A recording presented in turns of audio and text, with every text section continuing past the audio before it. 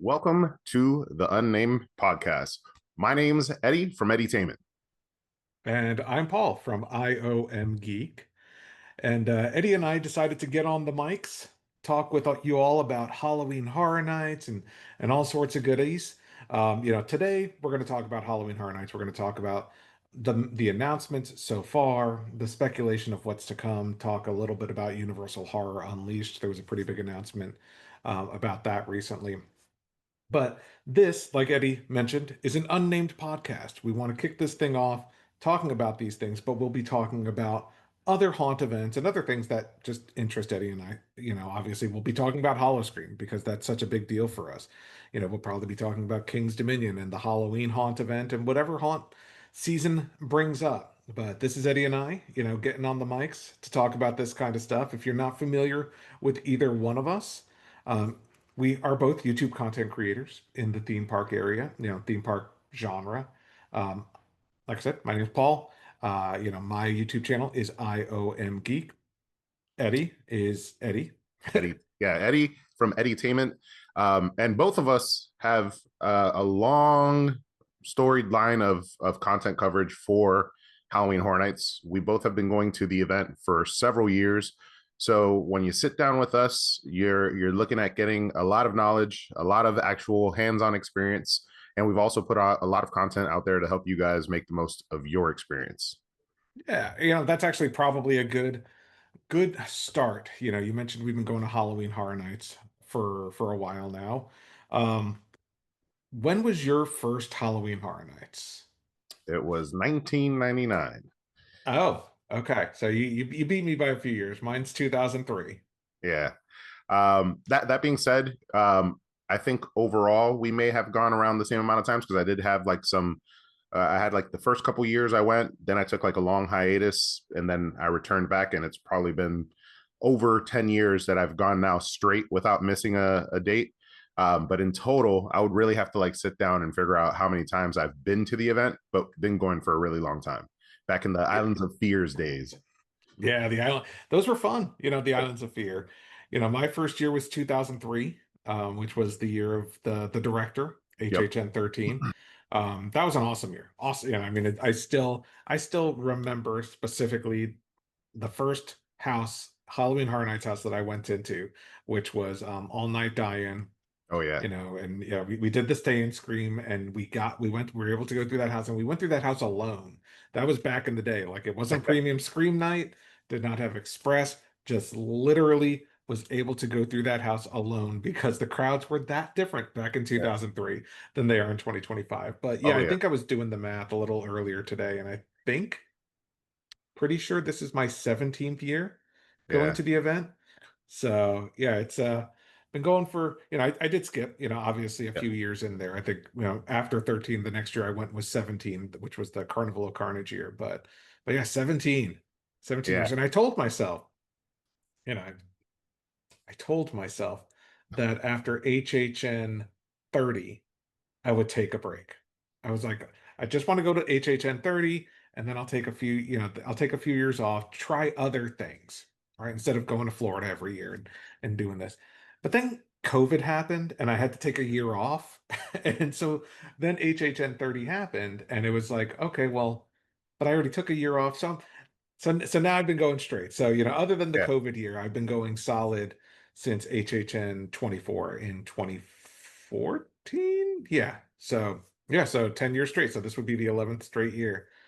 Right. I have my opinions of the event, and I've had the similar dilemma of like telling myself to take a break, but I can't deny that it's always a great experience, and it's a nice getaway going down to Orlando, staying on site at Aventura, and just enjoying myself over there. It's always nice, even if maybe the event doesn't bring all the IPs that I want or whatnot. But yeah, we've been going for a really long time, guys. Just to kind of wrap that all up. And today we're going to be talking about everything coming to this year's event, some speculation, and Yeah. even a little divergent of an event that is connected to Halloween Horror Nights, but not necessarily Halloween Horror Nights. There are seven confirmed houses. There's this other one which we'll talk about here in a bit, Five Nights at Freddy's. But it's not confirmed that it's a house. It's just confirmed that it's going to be represented at Halloween Horror Nights. I think we have we're pretty confident it's going to be a house, but it's not been announced as such. But what has been confirmed, and the first announcement that happened this year was Fallout. The Prime Video series Fallout was the first official house announced for this year's event. Um, I was not familiar. I mean, I knew of the property. I knew it was a post-apocalyptic wasteland kind of thing, so I knew that.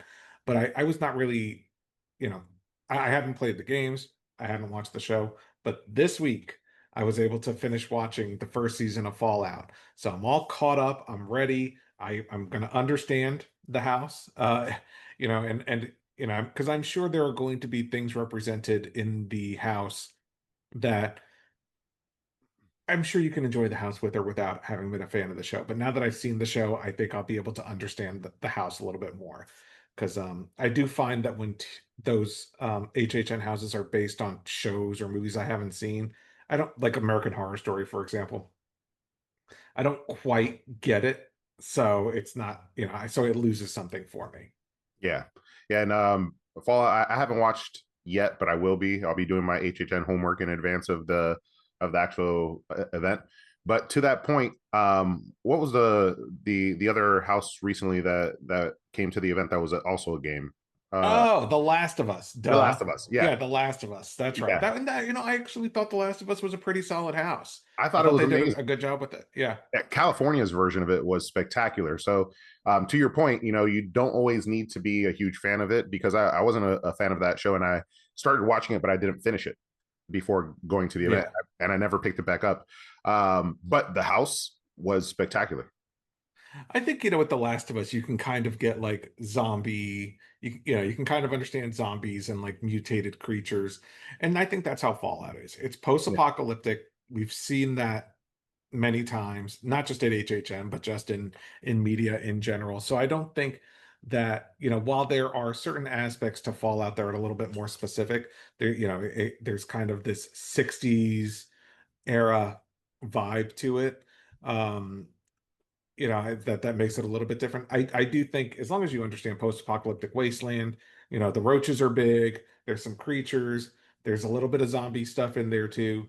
I think you can understand the house, but the show is actually worth watching. I thought, it's I'm glad I watched it. I mean, I'll watch season 2 when it comes out. But it's well done. Yeah. yeah, But yeah, I think Fallout for me, even having watched the show, it's not really high on my hype meter. yeah, I think that despite enjoying the show, it's still not necessarily a show that aesthetically, like, for me, excites me about a Halloween Horror Nights house. yeah. I'm sure they'll find a way to make it scary, but it's just not that for me. And see, that's the thing. They may not find a way to make it scary because it gives me a lot of like Bugs vibes, and Bugs was touted as this like terrifying house that people ran out of, right? And it ended up being a terrible house. I thought it was hot trash. Yeah. So what was that? I think it was like Bugs Eaten Alive or something Yeah, like that. That house for me, I actually I agree. I don't think it was a particularly good house, but like it gave you the creep, at least for me, it gave me the creepy crawlies. Like I've got a yeah. thing again, like I'm not a big spider guy, Oh, I hate and bug spiders. guy. Yeah. So like a bug house definitely like made me itchy, but I didn't think it was particularly a good house. But yeah, I do think that because the bugs was also kind of like this 60s era Hmm. vibe to it. I think that's probably similar to some of the vibe you'll see at in Fallout. Yeah. And then as far as the intellectual properties, the only other one that's truly announced Yeah. is Jason or is the Jason Yeah, universe. Jason Universe. I was about to Yeah. say Friday the 13th universe, but it's the Jason universe. Mhm. You and I, obviously, big fans. They're titans, right? These guys are Yeah. titans of terror. And whenever they come to the event, I'm always excited. I feel like I've never experienced a year where they've done them wrong. They're just such a great fit for the event. And as far as the hype list, we're going from probably my least hyped house to my most hyped house. Yeah, I mean, I would agree. I think Jason is definitely my most hyped house of the year. I think I mentioned All Night Die-In at HHN 13. Jason Voorhees was featured in that. It had the Titans of Horror, right? It had Michael Myers, it had Leatherface, it had Freddy Krueger, and it had Jason. And so literally my first Halloween Horror Nights house featured Jason. When I went back in HHN 17, Friday the 13th had a dedicated house in the Jaws queue back in the day, right? When Jaws was still there back in 2007. R.I.P. So, RIP. And then, of course, one of my favorite houses at HHN 25 was Freddy versus Jason. So me and Jason have a pretty close connection. And, he's one of my favorite movie monsters, movie slashers. So, like, I think this is definitely my most hype house. Now, they haven't really said, I mean, it's other than it's Jason, and we'll see his cabin and his kill shed. They haven't really said, if the universe aspect of it is that we'll be revisiting scenes from prior movies, or is it going to be Yeah. this original thing set at Camp Crystal Lake? But I mean, for me, regardless, I mean, Jason is just top priority for him, or top hype for me for sure. Yeah, but the title Jason Universe gives me the idea that we'll be able to see all our favorite parts of any Jason movie in history, all mashed into one. As Uh, long as we have Jason X, that's all I care about. Give me Jason in space as the last room of that house, and I will be a happy camper. that would be hilarious if they actually do that. But it's not out of the question. I think it's definitely potential. I mean, Jason Universe leaves the concept very wide open to whatever they want to add. Mhm. Um, and then from that, I guess we don't really have much to say about Five Nights at Freddy's because they Not haven't really yet. It's announced not confirmed. I mean, I do think, I think people are pretty confident that Five Nights at Freddy's will be featured as a house at the event. But they haven't, for some reason, for whatever reason, it has not been officially announced or confirmed as a house attraction. They keep calling it an experience. yeah. Which could be any number of things. It could be the Terror Tram. It could be a house. It could be a house and something else. It could be Dead Coconut Club. It could be, like I said, what I think they should do, I think they should have Louis Italian Restaurant in New York converted to a Five Nights at Freddy's character dining experience where the characters are there. You get to meet them. You get to take pictures with them. I mean, even the last time I went to character dining, and I did that almost every year I went to the event that they featured it, right? Um, the last year that I went, the characters didn't walk around as much in the restaurant. You kind of went to them. So they had like Michael Myers and you went to him and took a picture. And then they had another character like in another corner and you went to him and took a picture. I think you could probably do that with Five Nights at Freddy's because Yeah. those costumes are probably pretty big. Just walk over there, take a picture with the band, whatever. Get your pizza and just make it Freddy Fazbear's Pizza. I think for me, that's like a license to print money. And Even now, even as not the biggest fan of the franchise, I just think it's cool. I think the concept of it is cool. I think the aesthetic of it is cool. I would actually do that character dining. well, something just popped into my head as you were saying that, like the taking Mhm. photos and like the different things. What if they brought it to Cabana Bay? Oh, that would be cool. The like they did the Yeah, that last little year. upstairs area. Last year was the first year in a while that they hadn't done that. That was pretty consistent for the past couple of years where they've had these experiences at the hotels. Hmm. Last year they just did the lobbies. They didn't do the actual like walkthrough experience. But the last one that I remember was Chucky, and you could Yeah, I walk think through you're it. right. You could get in the blender and take a picture with Chucky and his bride and everything. That would be cool as well. Yeah, I thought that was cool. It's like they take a little event space on the second floor of Cabana Bay and kind of convert it into this place where you can take a bunch of pictures. It's not necessarily like a house. It's more like meant for Instagram photos. But I thought it was cool. Yeah, And like not having it last year, I thought was a bit of a miss. I mean, but that being said, the amount of work they did to have as the number of hotels they did represented, you had the aliens in Aventura, you had the pumpkins in Cabana Bay, you had that like graveyard-esque area in Sapphire Falls. Like, I mean, I thought that was really cool. So, I mean, if they did something like that again, you know, yeah, I think that'd be cool. But yeah, I mean, hey, I think there's definitely a reason they haven't Yeah. confirmed that Five Nights at Freddy's is only a house. So to that point, I think the reason why they haven't actually done the announcement is because the original announcement was an accident, and Universal, to just seem cohesive, went ahead and did an announcement, but didn't want to spoil the surprise of whatever they had Hmm. because they weren't ready to. Maybe they're creating a good trailer for it. Maybe something's going on that they haven't completed for the official announcement. The creator of Five Nights at Freddy's was the one who made the announcement, and then Universal went ahead and posted it. Yeah, it was the producer, right? Jason Producer, Blum. yeah, Yeah. Jason Blum went ahead and made the announcement, and I think he may have accidentally spoiled the surprise. But while you were talking about that, about the hotels and Sapphire Falls and everything, this year we got three new hotels to add to that.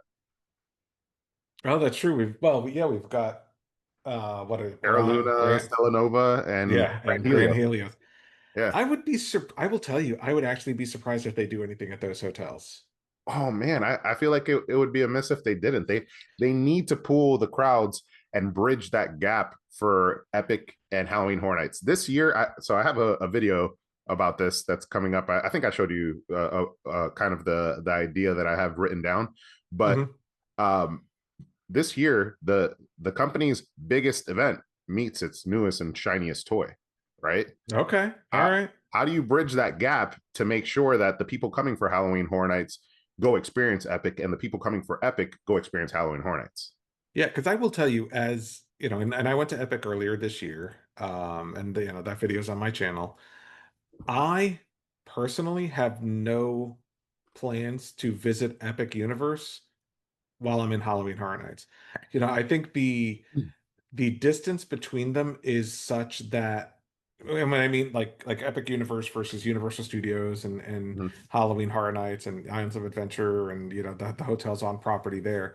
I feel like if I'm staying in the on site there, I'm just going to hover in that area rather than venture out to Epic Universe. Now, if Epic Universe was included in my annual pass, that'd probably be a bit of a different story. But I'm not making a Yeah, special trip to Epic Universe. So to your point, without that, how do you bridge those? It's a good question because yeah, I mean, it's certainly for me like one, I wouldn't plan in staying at any of those hotels if I'm going to Halloween Horror Nights because it's a bit of an added travel time yeah, and two, if I'm staying on property if I'm going to Halloween Horror Nights in Universal Studios, I'm probably not going to Epic Universe unless I have never been and having been now.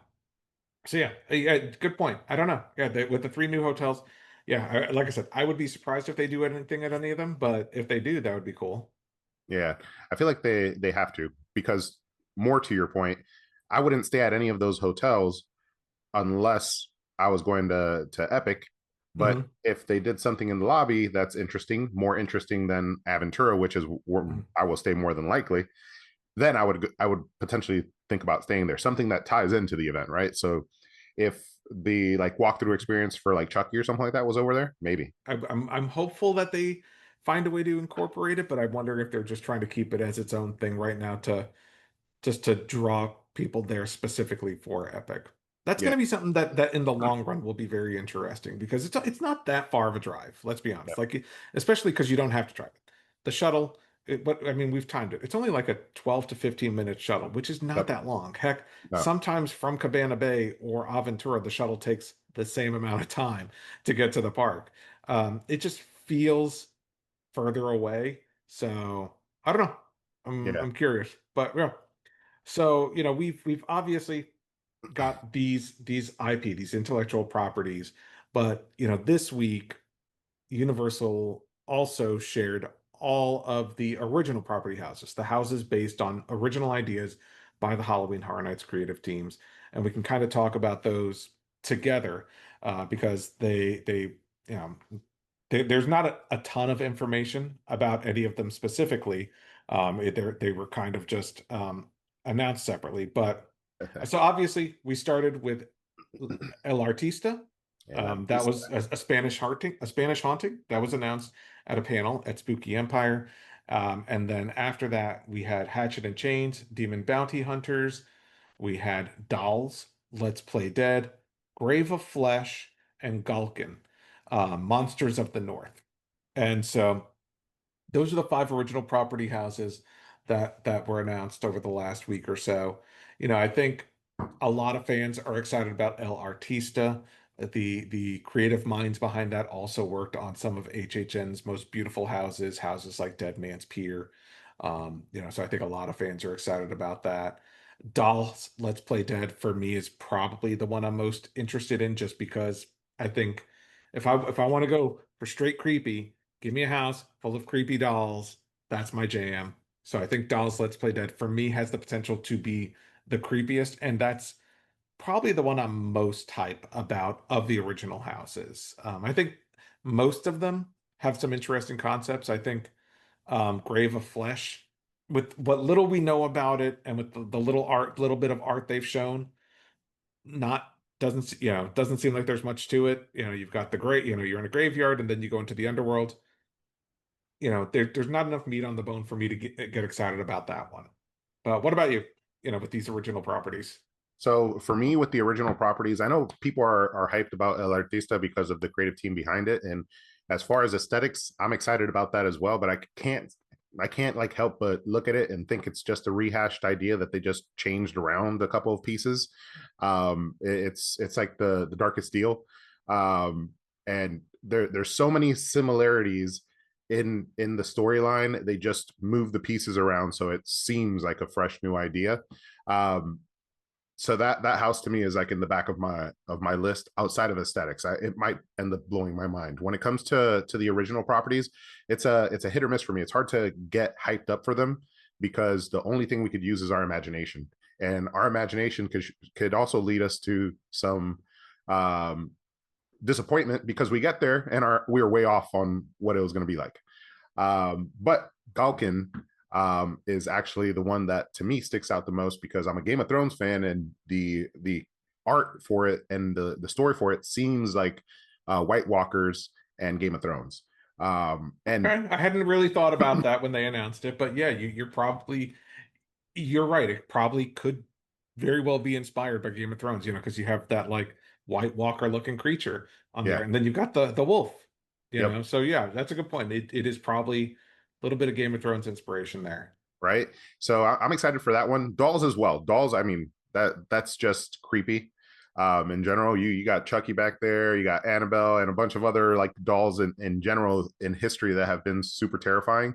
So I'm excited for that one. But again, it's hard to get hyped up for it without really having experienced it, and that I mean that's counterintuitive, but No, no, I get it. I mean, I think when it comes to Halloween Horror Nights, right now we've got a 50-50 split, at least rumors between intellectual properties based on existing movies, TV shows, games, etc., and 50% original properties. And I think that's probably a good split. I'm probably more of a six IP, four original house split kind of person, but understanding that IPs, they cost money, yep, right? And you make less off of them because you have to pay for the rights. So, I mean, I think at least we have a 50-50 split. And the IPs that have been announced have been interesting, and the ones that are rumored to still be announced, because we've talked about Five Nights at Freddy's, but there's still two houses that we know nothing about yep, officially. But there are rumors yeah. about those two other IP houses. Let's get into it. Might as All well. right. All right. So the first one is Terrifier. That Art the Clown and Terrifier will be represented at Halloween Horror Nights this year. I think that one is probably not pretty strong rumor. That's been a rumor since last year, and people have been wanting to see Terrifier at Halloween Horror Nights for a few years now. The franchise, we're now three movies in.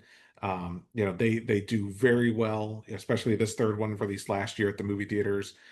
Did very well financially. I think Art the Clown has really come into the cultural zeitgeist pretty strongly. You can see him on at Spirit Halloween everywhere. You can even see him at Home Depot and stuff like that. Like, I think culture has embraced Terrifier, even if they haven't necessarily seen the movie, because it's a creepy clown. He's got this kind of iconic black and white look. So I think it's smart Yeah. for them to have to have a Terrifier house, admittedly, I do think it's, for me, as a again, going to HHN now for 20 plus years, 17 years of actually going to the event, but 20 plus years since I started going to the event. Obviously I've got a soft spot in my heart for Jack. Yeah, there he is, for Jack. And so, I do find it odd to license out a killer clown when you have one that you own the rights to. But, it's kind of one of those things that original properties draw the fans in, but IPs are what draw new people in, draw the general public in. And so I get that, the general public is more aware of Terrifier than they are Jack the Clown. So, and I like the movies. I mean, I think they're a level of gore that, is pretty extreme. And, I'm wondering if that'll carry into the Halloween Horror Nights house. But the movies themselves, I mean, I enjoy them. They're not great, but neither is any of the Jason movies, neither are any of the Chucky movies. Right. They're all, but this one just has an extreme level of gore. Yeah.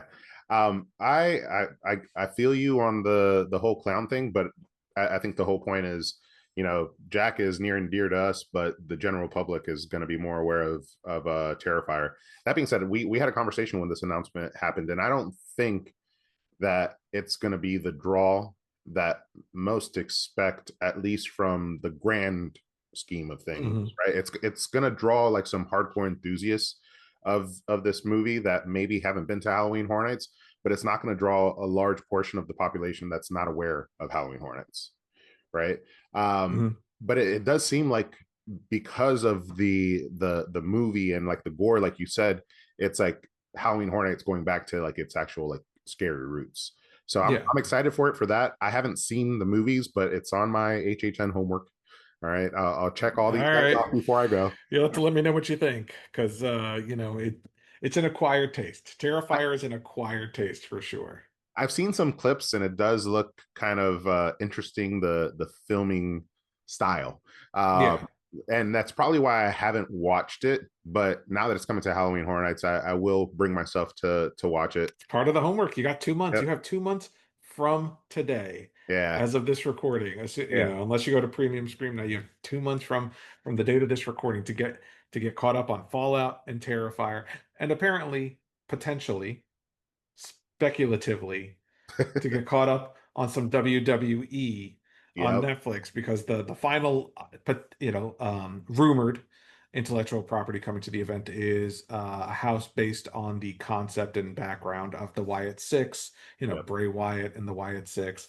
Bray Wyatt, died tragically. His brother kind of took on the mantle and brought in this story, horror themed characters, the Wyatt Six, and they've got like masks and stuff like that.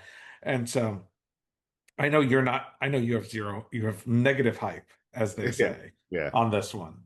Yeah. Um, yeah. And but the more that I think about it, the more I think it could be a sleeper hit, because this one totes the line of being an original and an IP, right? Mhm. Because it's an IP in the sense that they exist as characters in the WWE, but it's going to be an original in the sense of the story of this house, right? There's familiarity with the characters, but we don't know what the house is going to be like when you walk through it, Yeah. right? We don't know what the storyline is going to be and how they're going to transform these guys into a horror house. And hopefully that's what they do. No, no John Cena. And his name is John Cena. But no. Well, you won't see him anyway, so you're good. Yeah, right. Yeah, we don't need two invisible men at Universal. But I don't yeah, this I think it could end up being good because of that the aspect that the storyline will be original, but it does take away from somebody else who could have come. Yeah, I think for me, I'm only loosely familiar with the Wyatt Six and Bray Wyatt, and I mean, I don't watch wrestling as regularly as I used to, but I think the idea, I think the concept, I think the character designs lend themselves very well to a Halloween Horror Nights house. And I think because when I thought of this, kind of to your point, like it kind of felt like, well, it could go one of two ways. It could be another Triplets of Terror, which I thought had cool looking characters and a cool idea, but the execution of it didn't really connect with me or with most people. But I think one of the differences with this, or one of the things that could really work with this, is that there seems to be a lot of passion around, obviously there's a lot of history there with the family, and so I think there's a lot of passion around the concept and the why it's six. So hopefully that translates into a genuinely good, creepy, scary house that leans into the horror a bit more than the wrestling aesthetic. But and I know I keep saying aesthetic, I don't know why. It's my word of the night. It's like take a shot when you hear it. But yeah, I think this one has, like you said, it's got a lot of potential. Yeah. And I think the characters themselves are what's going to really sell this one. And I think it's going to be fan pleasing as well because there's a significant crossover between wrestling fans and Halloween Horror Nights fans.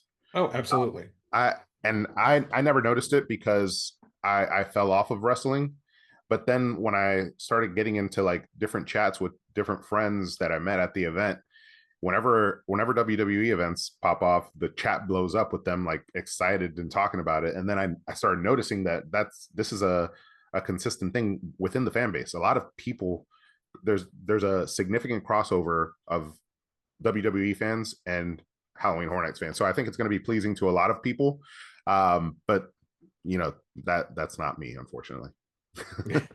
Well, we'll see. So those are, the seven confirmed houses, the three leftover speculation houses coming to this year's event. But, in addition to that, Universal ended this past week with an announcement that Universal Horror Unleashed, which is opening up later this year in Las Vegas, and much like Eddie's got over there, will feature Jack. He's already represented on the billboards, the signage, the commercials. We know he's represented in the event with Jack's Alley and the bar and stuff like that.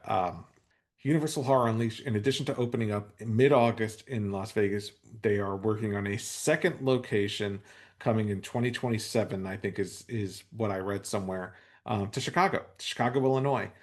And so, as a recent transport, I don't know, what do you call it? Transplant. Transplant. As a recent transplant to the Midwest, I live in Michigan now.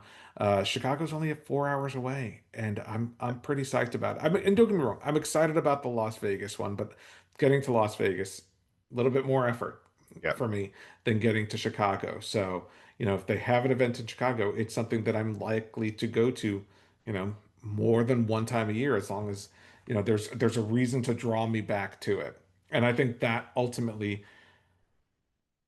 is kind of the crux of whether this is going to be successful or not. And Yeah. they've announced this second property before Las Vegas has even opened, before they've seen how it's done. I think it's interesting for me because Las Vegas, I could literally go buy tickets for opening weekend of Las Vegas still. Yeah. Not opening night Thursday night sold out, but that Friday I can go buy tickets right now. And they've been on sale for quite a while. So for me, that spells like, is it selling as much as they like? But at the same time, they also announced a Chicago Yeah. location. So clearly it's doing the advanced ticket sales warranted enough that they had confidence that it's going to do well to warrant that second location. Yeah. Aggressive expansion is what Universal is doing, and I like it. But this isn't a part of what I think is going to be long term successful. So I don't know what their plan is and how this is going to impact the future of this particular Horror Unleashed. Like I give it 3 solid years, and Okay. before they announced the Chicago one, I would have said in 3 years this event is going to be either closed or close to close. And if it lasted 5 years, I think that's being generous. Not because it's not going to be great. It's just so hard to pull this off year round. Uh, Yeah. and you said that Thursday was sold out. I think the only one that's sold out is the unlimited. Oh, The really? So you can still technically go Thursday night yeah, with you one could time. Okay. yeah, you could still go Thursday, but the one time ticket only. Okay. Um, Interesting. so the ticket sales, I mean, and like the thing is, opening day on a Thursday, ticket sales aren't reflective of what the pre-sales are, because I'm sure there's Yeah, people buying for that Saturday, buying for the following Saturday, and maybe Saturdays to the future. So yeah, they've sold enough for a couple months that they think they're going to do well enough. It could be a thing where this concept is cheap enough to do. If the hype is high enough for 1 year of revenue, 2 years of revenue, they make enough back from it. I don't yeah. know. It's I don't it's know. hard to. I think I think it's, don't get me wrong. I hope it does well. I'm super Yeah, excited about it. Um, Chicago, I would probably, like I said, go more than once a year. Vegas, I would probably only go more than once a year if they cycled out yeah, different, different houses, different properties, more than annually.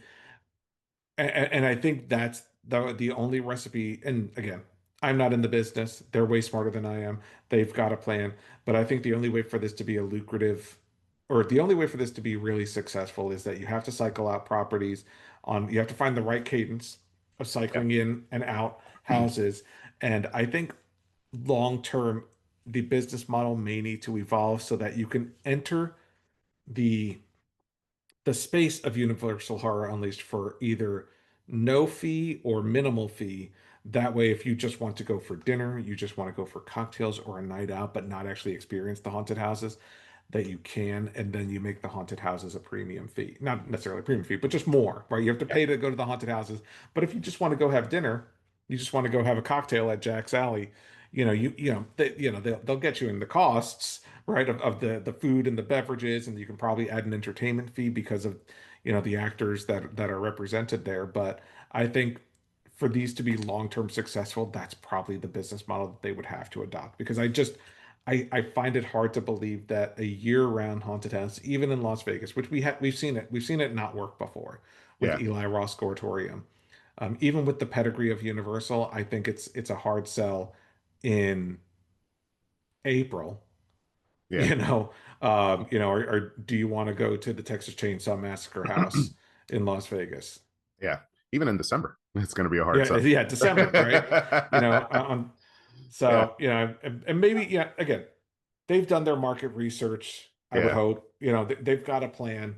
For me, much like some of these events that do seasonal events, like what's that, Sir Henry's, St. Henry's, something like that. Sir Henry's Haunted Trail. Sir Henry's, like, I think you have to have seasonal events.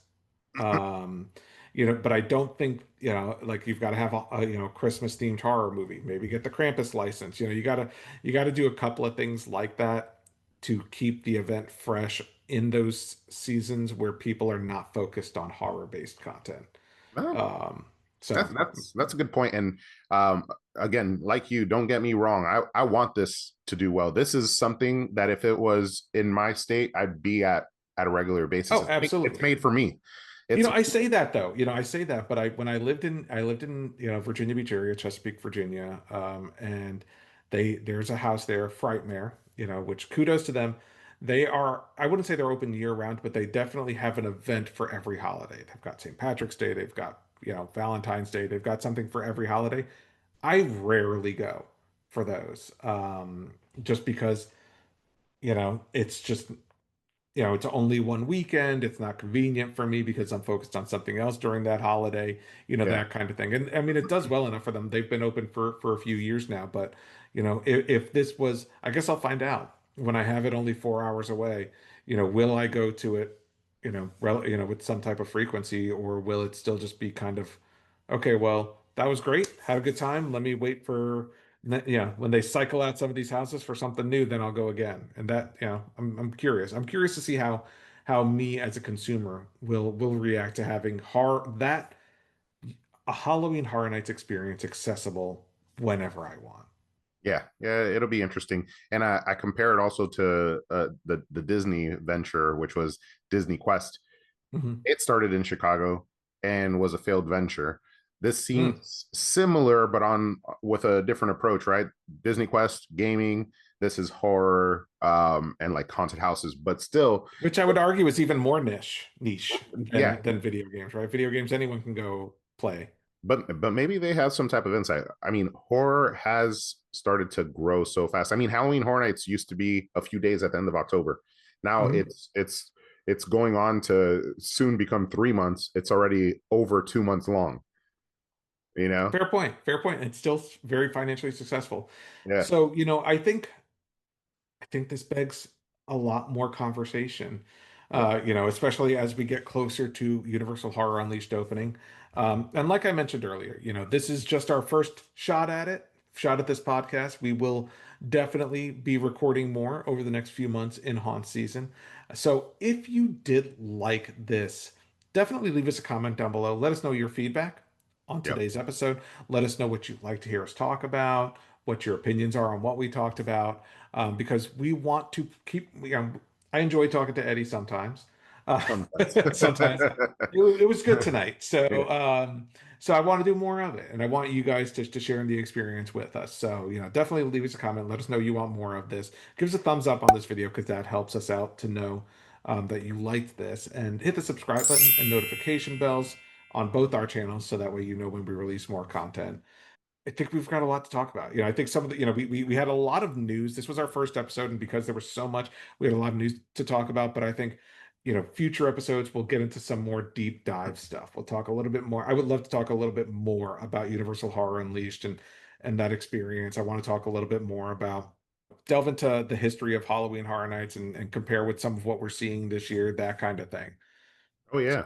Or maybe give our firsthand experience once we get back from opening oh yeah, weekend. we'll absolutely do that. Yeah. We got to share our experiences and our thoughts with you guys. Yeah. Yeah.